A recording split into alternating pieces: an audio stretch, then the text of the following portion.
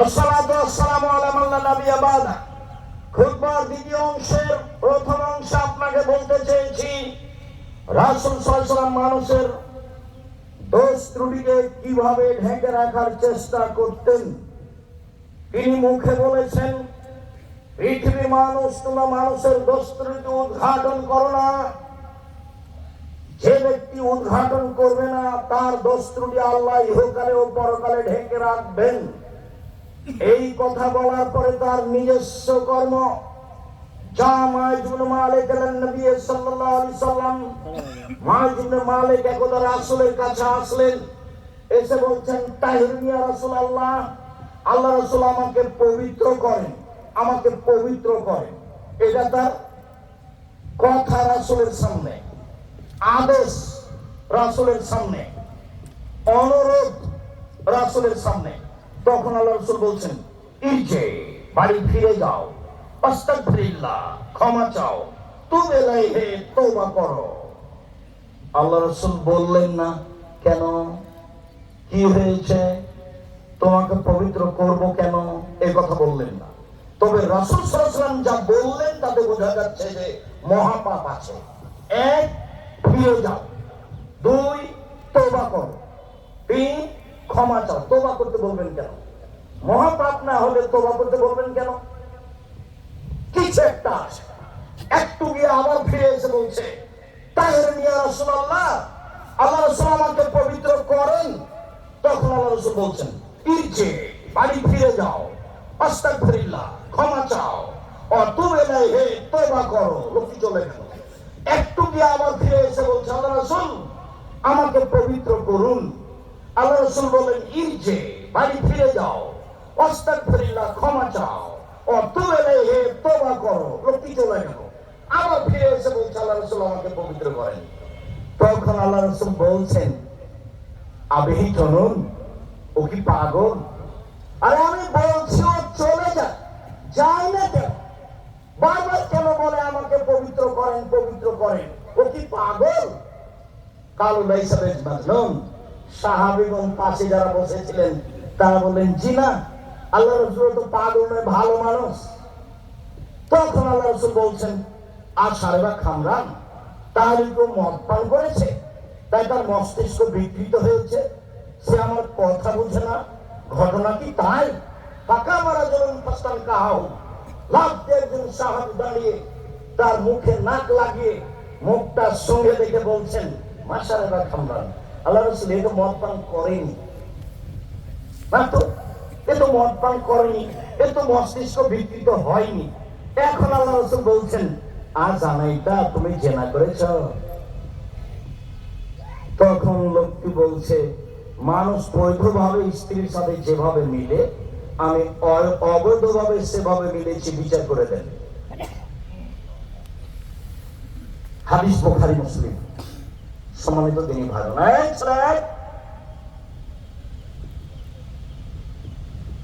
মধ্যে বেড়াচ্ছ কেন? এক খেয়ালে চেয়ে থাকবেন। সম্মানিত দিনী ভাই বোন, আমি আপনার কিছু না কিছু উপকার করবই করবো ইনশাআল্লাহ। আপনাকে আমি প্রথমে দেখাতে চেয়েছি, আল্লাহ রাসূল লোকটাকে কি বললেন? ফিরে যাও। স্বাভাবিক ভাবে কি বললেন? শুধু ফিরে যাও বলেননি, কি বলেছেন? ফিরে যাও, তওবা করো, ক্ষমা চাও। তার মানে ঘটনা কিছু আছে। তো উনি বললেন না যে ঘটনা কি, তার মানে চারজন সাক্ষী নেয় তার সাথে। আবার বললেন, ফিরে যাও, ক্ষমা চাও, তওবা করো। আবার বললেন, ফিরে যাও, ক্ষমা চাও, তওবা করো। আবার বললেন যে ফিরে যাও, ক্ষমা চাও, তওবা করো। আবার বললেন যে লোকটা কি পাগল? জি না, লোকটা ভালো মানুষ। বললেন যে লোকটা কি মদ খেয়েছে? জি না, লোকটা ভালো মানুষ, মদ খায়নি। তখন বলছেন, তুমি জেনা করেছ। এটা প্রথমে বলতে পারতেন না? প্রথমে বলতে পারতেন, তার কথা রাসূলের মুখ দিয়ে আছে, ফিরে যাও, তওবা করো, ক্ষমা চাও। তাহলে তার কাছে ধরা পড়েছে এরকম কিছু ব্যাপার আছে। কিন্তু সাক্ষী ছিল না, যার জন্য তিনি কিছু বলছেন না। সম্মানিত দিনী ভাই বোন, রাসূল সাল্লাল্লাহু আলাইহি ওয়াসাল্লাম কিভাবে মানুষের দোষ ঢেকে রাখতে চেষ্টা করেনি, এর সাথে আরেকটু কথা আছে। ইনি মাইজ ইবনে মালিক গরিব মানুষ, ধনী মানুষের বাড়িতে কাজ করতেন। তার নাম হাসাল বা হুসাল। যার কথা প্রকাশ হয়ে গেছে, বিচার হয়ে গেছে, ইটের পাথর দিয়ে মারা শেষ, কথা শেষ। কোন একদিন আল্লাহর নবী রাস্তা দিয়ে হেঁটে যাচ্ছেন, আর হুসাল আসছেন মুখামুখি দেখা। আল্লাহ রাসূল বলছেন, হুসাল লা সাতারতা খাবারা মাইজ ইবনে মালিক লাকুনতা খায়রান কাসীর। তুমি মাইজ ইবনে মালিককে আমার কাছে কেন পাঠিয়েছিলে হুসাল? তুমি যদি মাইজ ইবনে মালিকের ঘটনাটা লুকিয়ে রেখে দিতে, তোমার কাপড় দিয়ে ঢেকে রাখতে, তাহলে যে কত ভালো হতো। ঘটনা মাইজ ইবনে মালিকের স্ত্রীর সাথে জেনা হয়। মাইজ ইবনে মালিকের জেনা হয়েছিল হুসালের স্ত্রীর সাথে। হুসাল ধনী মানুষ, তাকে হুসাল খুব ভালোবাসতেন। নিরুপায় হয়ে হুসাল বলেছিলেন, যাও রাসূলের কাছে গিয়ে পরামর্শ নাও, দেখো তিনি কি বলেন। ভালো আশায় পরামর্শ নিতে এসেছিল, কিন্তু আল্লাহ রাসূল চেষ্টা করে তার দোষ ঢেকে রাখতে পারেননি। শেষ পর্যন্ত বিচার হয়েই গেছে। কোন একদিন মাইজ ইবনে মালিকের মালিকের সাথে দেখা হুসালের সাথে। তখন আল্লাহ রাসূল বলছেন, হুসাল, তুমি যদি তার ঘটনাটা লুকিয়ে রাখতে, তাহলে যে কত ভালো হতো। তুমি কেন আমার কাছে পাঠালে? আমার কাছে কোন ঘটনা প্রকাশ হয়ে গেলে তার বিচার হবে। কথা কি বুঝতে পেরেছি? এখন যেটুকু বুঝেছি, তাতে বাকি জীবন মানুষের দোষ ত্রুটি বলে বেড়াবো না, থাকবো। সফলতা অর্জন করতে চায় না অল্প দিন মানুষের বাঁচতে, সে যত বড়ই শত্রু হোক, সে যত বড়ই শত্রু হোক। সম্মানিত তিনি ভাই বোন, রাসূল সাল্লাল্লাহু আলাইহি সাল্লাম বলেন, সাল্লাল্লাহু রাসূলুল্লাহ সাল্লাল্লাহু আলাইহি সাল্লাম আন আকসারে মাইকুলনা সান্নারা। আল্লাহ রাসূল, মানুষ বেশি বেশি জাহান্নামে যায় কেন? মানুষ বেশি বেশি জাহান্নামে যাওয়ার কারণ কি? তখন আল্লাহ রাসূল বললেন, আল ফারজ আল ফাম, লজ্জা স্থান ও মুখ। মুখ যখন কন্ট্রোলে রাখতে পারবে না, তখন ও জাহান্নামে যাবে। আবু মুসা আশআরী রাদিয়াল্লাহু তাআলা আনহু বলেন, আল্লাহ রাসূল বললেন, কাইফা বিকুম জামানি? আবু মুসা, তোমাদের কি হবে? যুগের কি হবে? আবু মুসা, তোমাদের কি হবে? যুগের কি হবে? যখন তোমরা থাকবা আগাছার মাঝে, মানুষ সমাজে মনে হবে সবাই আগাছা, সবাই পশু প্রাণীর মতো, কাউকে ভালো মানুষ মনে হবে না, কেউ একটু আমানত রক্ষা করবে না, কেউ মানুষের দোষ ত্রুটি ঢেকে রাখবে না। সেদিন তোমাদের কি হবে? যুগের কি হবে? সেদিন তোমাদের কি হবে? যুগের কি হবে? তো আপনি বলেন কি হবে, কি করতে হবে আপনি বলেন। তখন বললেন, শোনো, আলজেন লেসানাক, মুখখান বন্ধ রেখো। 2, আলজেম বাইতাক, বাড়িতে থাকো। 3, ভালোটা গ্রহণ করিও, যেটা বুঝতে পারছো মন্দ সেটা ছেড়ে দিও। তখন সাহাবীগণ বলছেন, আল্লাহর নবী, আমি বাড়িতে থাকলাম, কেউ যদি আমার বাড়িতে এসে অন্যায় করতে চায়, আমাকে মারতে চাই, তাহলে কি আমি মুখ খুলবো না? তখন আমি কি করবো? এটা উত্তর সাহাবী। তখন আল্লাহ রাসূল বলছেন, শোনো, ওই সময় আদমের 2 ছেলের ভালোটার মতো হবা। বুঝতে পারলেন কথা? আদমের 2 ছেলের ভালোটার মতো হবা। আদমের 2 ছেলের একজন বলল, কাবিল, এই হাবিল, তোকে আমি মারবো। তখন হাবিল বলছে যে, তুমি মারো মারো, আমি তোমাকে মারবো না।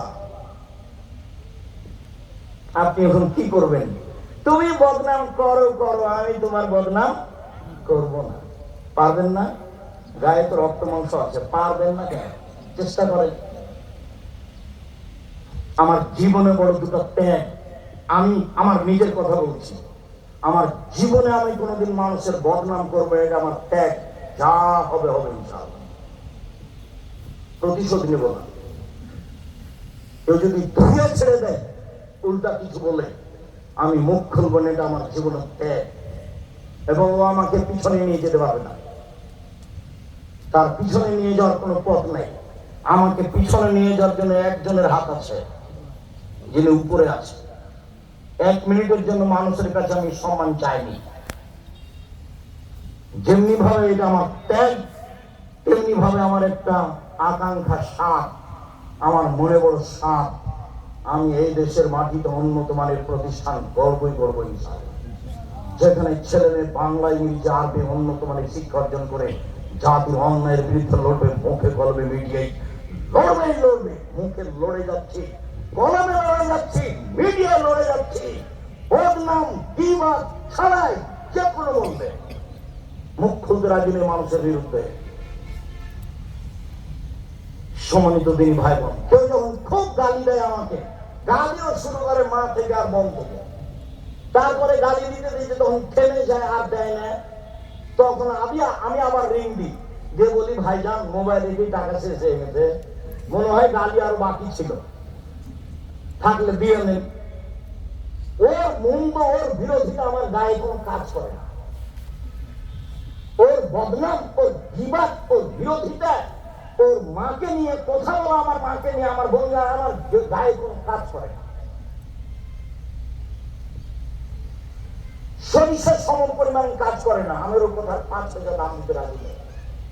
দেখেন আপনি, আমি 90 সাল থেকে মাঠে আছি, 90 সাল থেকে 36 বছর চলছে, অপ্রয়োজনীয় বাক্য বলিনি, মানুষের বিরুদ্ধে কথা বলিনি, কোনোদিন মাঝাব নিয়ে কথা বলিনি, টিকে আছি তো, এই যে আছি দেখেন, এই যে বেঁচে আছি, এই যে আপনার সঙ্গে কথা বলছি আলহামদুলিল্লাহ, দোকানে বসি না, চায়ের স্টলে যাই, এই যে বেঁচে আছি দেখেন তো, আছি তো, ভালোই তো আছি মনে হচ্ছে। চেষ্টা করেন, মানুষই পারবে, পশু প্রাণী বুঝে না ওরা, অন্তর আছে বুঝে না, দেখে না ওরা, চক্ষু আছে দেখে না, শোনে না ওরা, কান আছে শুনে না, বুঝে না ওরা, অন্তর আছে বুঝে না, বুঝা দরকার। দেখে না ওরা, চক্ষু আছে দেখে না, দেখা দরকার। শোনে না ওরা, কান আছে শুনে না, শোনা দরকার। উলাইকা কালানাম, তারা পশু প্রাণীর মতো, তারা গরু ছাগলের মতো, তারা কুকুর শ্রীর মতো, বালু বাগাল বরং তার চেয়ে খারাপ। দোকানে বসে মানুষের বদনাম করেন, আপনাকে যদি আমি কুকুর শ্রীদের যে খারাপ প্রমাণ করতে না পারি, আমি আব্দুর রাজ্জাক বিন ইউসুফ এই চিকের মাঠে বক্তব্য শেষ করলাম, জিন্দেগিতে আর কোনোদিন কথা বলবো না আপনার সাথে ওয়াদাবদ্ধ, যদি আপনাকে আমি পশু প্রাণীর চেয়ে বেশি খারাপ প্রমাণ করতে না পারি। আমি এই কথা বলিনি, এই কথা আল্লাহ তাআলা বলে।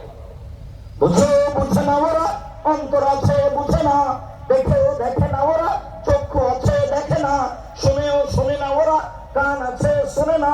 উলাইকা কালানাম, তারা পশু প্রাণীর মতো, তারা গরু ছাগলের মতো, তারা কুকুর শ্রীর মতো, বালু মাজার বরং তার চেয়ে খারাপ। সম্মানিত দিনী ভাই বোন, চেষ্টা করে যাচ্ছি, সাপের কথাটাও বলে যাচ্ছি। সাপ 2013 সালের 24 আগস্ট রোজ মঙ্গলবার সকালে 11টার সময় আপনার বাড়ির পাশে হাঁটাবো, বীর হাঁটাবো, রূপগঞ্জ, নারায়ণগঞ্জ, ঢাকা, কাঁঠাল গাছে নিচে বলেছিলাম আমার হাতে টাকা নেই, কথা সত্য, এখানে প্রতিষ্ঠান গড়বে, কথা সত্য, ইনশাল্লাহ গড়বে। কিভাবে গড়বে তা আমার জানা নেই। প্রায় 100 বিঘা জমির উপরে, যা দেখা আছেন দেখেন না কেন, আপনার নিজস্ব সম্পদ, আপনার নিজস্ব সম্পদ। আমার উপরে সংকীর্ণতা থাকলে ভুল আপনার ব্যাপার, আমার কোনো সংকীর্তন নেই। আপনি আমাকে গালি দিয়েছেন না, মন্দ বলেছেন, সে বিবেচনা আমি করি না। এই যে একটু আগে বললাম, ওই বিবেচনা আমি করি না, আমার করার প্রয়োজন নেই। আপনি আমাকে কি বলেছেন, সেই বিবেচনা আমি করি না, আপনার ওই কথা বিবেচনা করার আমার প্রয়োজন নেই। সম্মান কার হাতে আছে? উপরে আছে, এটা আমার দৃঢ় বিশ্বাস। উনি যাকে দিবেন তার সফলতা হবেই।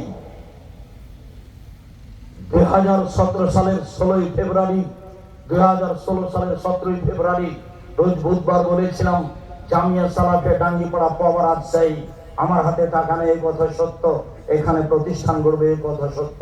50 বিঘার উপরে প্রতিষ্ঠান, 50 বিঘা। মেয়েদেরটা 70 বিঘা জমির উপরে, দিনাজপুরেরটা 20 বিঘা জমির উপরে, 5000-এর বেশি ছেলে মেয়ে পড়াশোনা করে, 519 জন ইয়াতীম অসহায় রয়েছে, প্রায় 45 লক্ষ টাকা বেতন লাগে।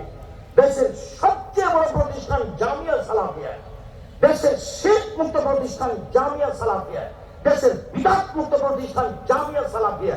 দেশের দলমুক্ত প্রতিষ্ঠান জামিয়া সালাফিয়া, দেশের সংগঠন মুক্ত প্রতিষ্ঠান জামিয়া সালাফিয়া, দেশের দলমুক্ত প্রতিষ্ঠান জামিয়া সালাফিয়া, দেশের সংগঠন মুক্ত প্রতিষ্ঠান জামিয়া সালাফিয়া, দেশের হিংসা মুক্ত প্রতিষ্ঠান জামিয়া সালাফিয়া, দেশের সর্ববৃহৎ প্রতিষ্ঠান জামিয়া সালাফিয়া। আলহামদুলিল্লাহ, 100 জন শিক্ষক এক জায়গাতে বসে থাকলে কেউ কারোর বিরুদ্ধে মুখ খুলতে পারবে না। দেশের সরকারি অনুদান দিয়ে জামিয়া সালাফিয়া চলে না, বিত্তশালী দিয়ে চলে না, রশিদ বহি বাহিরে ব্যবহার হয় না। কথা প্রসঙ্গে বললাম, আমার মনে বড় সাধ, আমার মনে বড় ত্যাগ, আমি মানুষের বদনাম করব না। আমার মনে বড় ত্যাগ, আমি মানুষের প্রতিশোধ নিব না, যা হবে হবে। কি হবে? করোনার 5 পয়সা দাম দিন, 5 পয়সা দাম দিন, আপনি মনে কিছু নেবেন না। আপনাকে আমি আগ্রহী করার জন্য বলছি। ওই ছেলের বাপকে আমি দেখতে গেছি ঢাকা মেডিকেলে। ভাই বোন আমাকে বলছে, ওরা বড় বড় উচ্চ শিক্ষিত, হুজুর ভিতরে আসবেন না, ভিতরে আসবেন না, হুজুর ভিতরে আসবেন না, এরকম করছে। আরে শোনো, তোমার আব্বার গায়ে হাত দিয়ে দোয়া করে যাবো, যদি মরে যায় আমাকে যদি করোনা হয়, আমি বলবো না তোমার বাপের কারণে করোনা হয়েছে। পৃথিবী সৃষ্টির 50,000 বছর পূর্বে যদি আমার নামে করোনা হয়ে দীঘা হয়ে থাকে, আজকে যদি আমি পাথরের মধ্যে ঢুকে থাকি, তবু করোনা আমাকে ধরবে। আমি ভাগ্যকে এভাবে বিশ্বাস করি। আমি আব্দুর রাজ্জাক বিন ইউসুফ ভাগ্যকে, ইসলামকে যেভাবে বিশ্বাস করি, সেখান থেকে এক চুল পিছ সরে আসতে রাজি নই। যা হবে হবে। করোনা হবে তাতে কি আছে? পৃথিবী সৃষ্টির 50,000 বছর পূর্বে আমার ভাগ্যে তো লিখাই আছে, সেটা তো হবেই। মরণ, জীবন, রুজি, রোগ ব্যাধি পৃথিবী সৃষ্টির 50,000 বছর পূর্বে লেখা আছে। সঙ্গী সাথী বলতে পারো, শেষের দিকে চলে আসলাম, সঙ্গী সাথী বলতে পারো মানুষকে পিছন দিক থেকে ধাক্কা মেরে জাহান্নামে নিক্ষেপ করে কি? সঙ্গী সাথী বলতে পারো মানুষকে পিছন দিক থেকে ধাক্কা মেরে জাহান্নামে নিক্ষেপ করে কি? সঙ্গী সাথী বলতে পারো মানুষকে পিছন দিক থেকে ধাক্কা মেরে জাহান্নামে নিক্ষেপ করে কি? বলতে বলতেই ফাঁক হাতে লেছেন আহু, জিবাটা ধরে নিয়েছেন। দেখেন, জিবাটা ধরে জিভা, জিভা মানুষকে পিছন দিক থেকে ধাক্কা মেরে জাহান্নামে নিক্ষেপ করে। ব্যবহার করবেন না, ভালো কথা ছাড়া মুখ ব্যবহার করিয়েন না। অল্প দিন বাঁচতে এসে এত সুবিধা ভোগ করিয়েন না, এত সুবিধা লাগবে না। ওইরকম কাজ করিয়েন না যে শত্রু যখন বিপদে পড়েছে তখন আপনি বলবেন ঠিক আছে, ঠিক আছে, উচিত হওয়া উচিত ছিল। বুঝতে হবে আমি বেঈমান, আমার শত্রু বিপদে পড়েছে সেজন্য আমি খুশি। আমার চোখের সামনে শত্রু বিপদে পড়েছে সেজন্য গরু জবাই করেছে মাওলানা মানুষ। কি জবাই করেছে বলেন তো? গরু জবাই করেছে আমার চোখের সামনে খুশিতে। শত্রু বিপদে পড়েছে সেই জন্য। এটা আমার চোখের সামনের ঘটনা। যেমন ভাবে ভাই ভাই গন্ডল করে ঢেঁকি কেটে ভাগ করে নিয়েছে, এটা আমার চোখের সামনে ঘটনা। এক গ্রামের ব্যাপার, ভাই ভাই ঝগড়া লেগেছে, তখন দৌড়িয়ে গেছি, কেমন ঝগড়া দেখছি, এখন ভাই ভাই ঢেঁকিটা কেটে ভাগ করছে। ভাই তখন বুঝতে পারছেন, দুই ভাই কি করলো? ঢেঁকি কেটে ভাগ করে নিল। আর বলছে ভাবে চিল্লাচ্ছে, বলছে আমার ভাগের জমি তোর কাছে বিক্রি করব, এমন মানুষের কাছে বিক্রি করবো যে তোকে গুতাতে পারে। এখন মনে হচ্ছে এখন কথা আমার কানে শুনছে, এখন আমি ওখানে স্টিল দাঁড়িয়ে আছি। প্রতিশোধ নিয়েন না, বিপদ করিয়েন না, বদনাম করিয়েন না, লাগবে না প্রতিশোধ। যা হবে কষ্ট হবে। মাকে নিয়ে কথা বললে কষ্ট হবে না? হবেই, হওয়াই উচিত, হবেই। কই আমার গায়ে কিছু কাজ করে না। আমাকে বলছে আপনি মুখ খোলেন না কেন, এত কিছু বলতে পারেন না, তাহলে খুব বলতে পারেন। আমাকে বলছে সিলেটের ওসি সিগনেচার করে মামলা আমি চালাবো, সিগনেচার করে মামলা আমি চালাবো, আপনার গাড়িতে আক্রমণ করবে কেন? তখন আমি বলছি আমি মানুষের বিরুদ্ধে মামলা করি না। আমি যদি মামলা করি তাহলে আমি মানুষ, ও পারে না, ও তো পারে মামলা চালাইতে, ওই চালায়। আমি ছোট কাজ করতে যাবো কেন? ও চালালেই তো হয়। সম্মানিত তিনি ভাই জিকে মাঠে যারা আছেন, আপনাদের ভালোবাসা জিকে মাঠের এই প্রতিষ্ঠানের উপরে হোক, এটা আমি আন্তরিকভাবে কামনা করি। এ ব্যাপারে আমার কিছু কাছে কোনো দুর্বলতা নেই। আপনার কিছু হওয়াতে আমাকে খারাপ লাগে না। আমি তখন মনে করি এটা আপনার হবেই। আমি যদি আপনার চেষ্টা করি ঠগানোর, তাহলে আমি পিছিয়ে পড়ে যাব। কাজেই আপনাকে ঠগাতে আমি যাব না, আপনার ক্ষতি করতে আমি যাব না। এটা আমার জীবনের কাজ নয়। জীবন বাজি রেখে চেষ্টা চালিয়ে যাচ্ছি। জামিয়া সালাফের অধীনে 700 মক্তব চলে। 700 কি দিয়ে আপনি বিরোধিতা করবেন? 700 মক্তব শুরু করবো একবারে তেঁতুলিয়া থেকে টেকনাফ পর্যন্ত ইনশাআল্লাহ। একবারে তেঁতুলিয়া থেকে টেকনাফ পর্যন্ত মক্তব চালু করবো ইনশাআল্লাহ। সারা বাংলাদেশে জামিয়া সালাফে করবো ইনশাআল্লাহ। প্রায় কয়েকটা 8-10টা প্রায় চলমানের কাছাকাছি সব প্রায় জেলাতে জামিয়া সালাফের জমি আছে। আমি আপনার বড় কিছু দেখতে যাবো কেন? সম্মানিত দিনী ভাই বোন, আমি আপনাকে আন্তরিকভাবে অনুরোধ জানাচ্ছি, জিকের এই কাজগুলিকে মূল্যায়ন করার চেষ্টা করুন। সালাত শেষে অবশ্যই সেটা আপনাদের কাছে সহযোগিতার জন্য যাবে। কম হোক বেশি হোক, নিজেকে বঞ্চিত রাখবেন না। আমার দিকে দেখেন, আলিয়াদুলিয়া খারুমিয়াদি শোভলা, দেওয়া হাত ভালো নেওয়া হাতের চেয়ে। হাতটা কোনো সময় নেওয়ার দিবেন না মানুষের কাছে, সবসময় কি করবেন? দেওয়া। আর টাকা পয়সা দান ছেলে মেয়ের হাত দিয়ে করাবেন। আব্বু, আব্দুর রাহিম সাহেবকে তুমি টাকাটা দিয়ে দাও, জামিয়া সালাফে দিয়ে দাও, জিকে একাডেমির সম্মেলনে তুমি দিয়ে দাও। ছেলে মেয়েকে দেওয়া শিখাবেন। কেন? প্রত্যেক দিন সকালে 2জন ফেরেশতা নেমে আসে আকাশ থেকে। একজন বলে, আল্লাহ যে যতটুকু দিল তার পূর্ণ করে দাও, আর যে যতটুকু দিল না তার ক্ষতি করে দাও। এখন ধরেন আপনি 5 টাকা দিতে পারতেন আজকের সম্মেলনে সালাতের পরে, কিন্তু দিলেন না, 10 টাকার ক্ষতি হবেই। এই কথা আমি বলিনি, এই কথা মুহাম্মদ সাল্লাল্লাহু আলাইহি ওয়াসাল্লাম বলেন। হাদিস বুখারী মুসলিম। আম গাছে জাম ধরতে পারে, ধরে না। অমাবস্যার রাতে চাঁদ উঠতে পারে, উঠে না। সুয়ের ছিদ্র দিয়ে লাঙ্গলের পর ঢুকতে পারে, ঢুকে না। সুয়ের ছিদ্র দিয়ে লাঙ্গলের পর ঢুকে যেতে পারে। আম গাছে জাম ধরে যেতে পারে, অমাবস্যার রাতে চাঁদ উঠে যেতে পারে, এগুলো ঘটে যেতে পারে। যে কথা বলছি এটা সন্দেহ আছে বলে কিয়ামত পর্যন্ত চেষ্টা করলে সরিষা ঢুকানো যাবে না, তার নাম বুখারী মুসলিম। আমার নিজের কথা নয়, আমি নিজে বললি এরা তো শক্ত ভাবে বলতে পারি, কিন্তু আমার নিজের কথা নয়, এটা বুখারী মুসলিমের হাদিস। আল্লাহর নবী বলছেন, একজন ফেরেশতা বলে, যে যা দিল তুমি তা পূর্ণ করে দাও, যে যা দিল না সেটা তার ক্ষতি করে দাও।